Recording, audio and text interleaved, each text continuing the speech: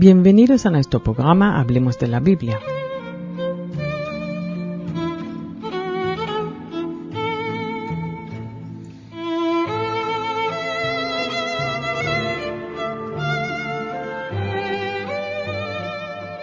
Hoy hablaremos de Aarón, capítulo 1.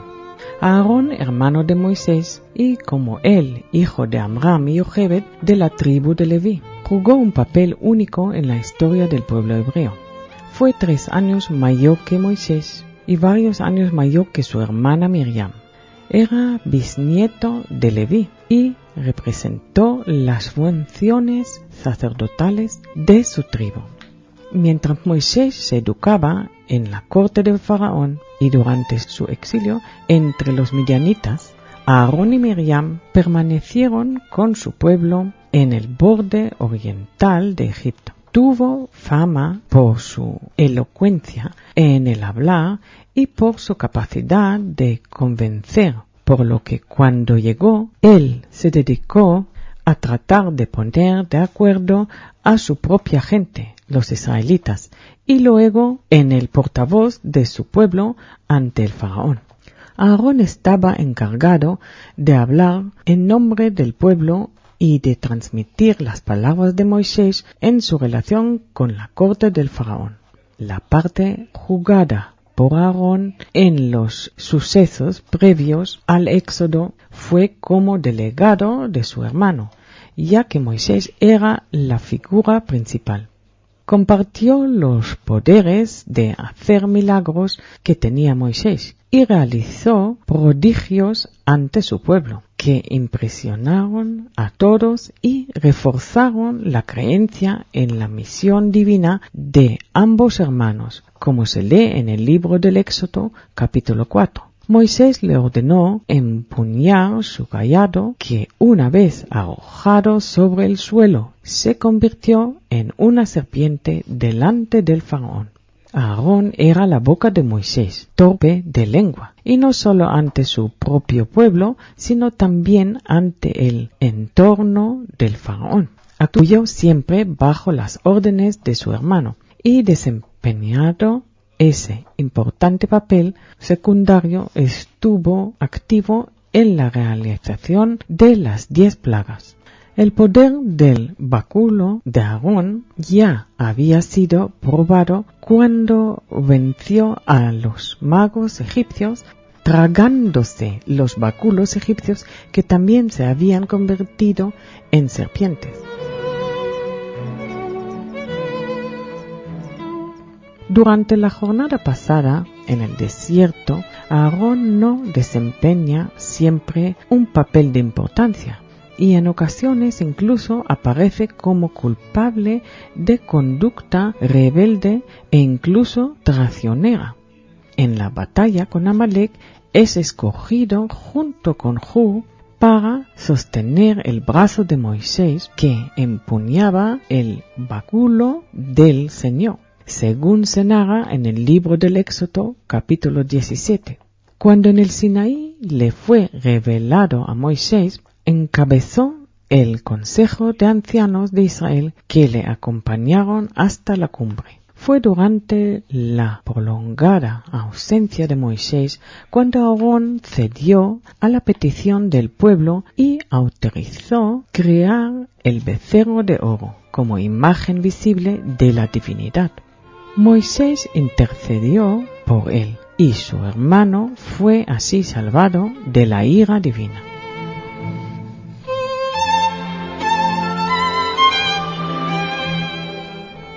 Cuando la tribu de Leví fue apartada del servicio sacerdotal, Aarón fue consagrado y ungido para el sacerdocio, vestido con la vestimenta de su rango e instruido en sus muchos deberes como sacerdote.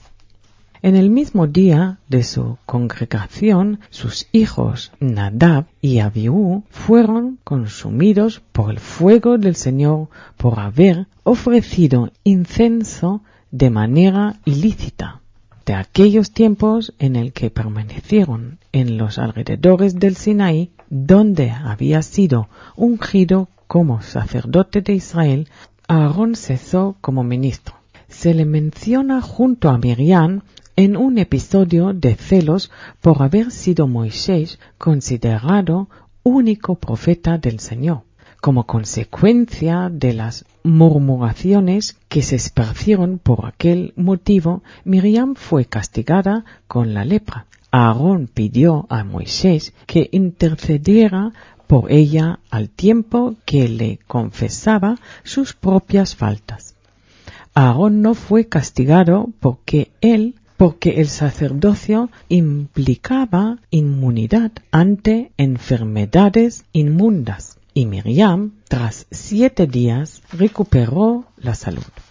El profeta Miquías, tras el Éxodo, no obstante, en el capítulo 12 del libro de los Números se afirma que Moisés fue el único entre los hombres con quien Dios habló cara a cara. La negativa a reconocer esta prerrogativa fue el pecado de Miriam y Aarón.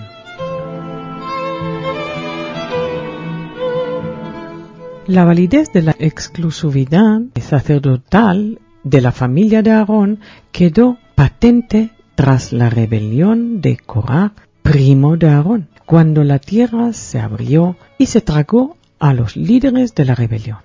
Eleazar, hijo de Aarón, fue encargado de los incensarios que habían dejado los sacerdotes muertos. Otro hecho memorable tuvo lugar por entonces. Cada uno de los príncipes tribales de Israel tomó un báculo y escribió en él su nombre. Y los 12 báculos fueron puestos durante toda la noche en la tienda donde se celebraban las reuniones.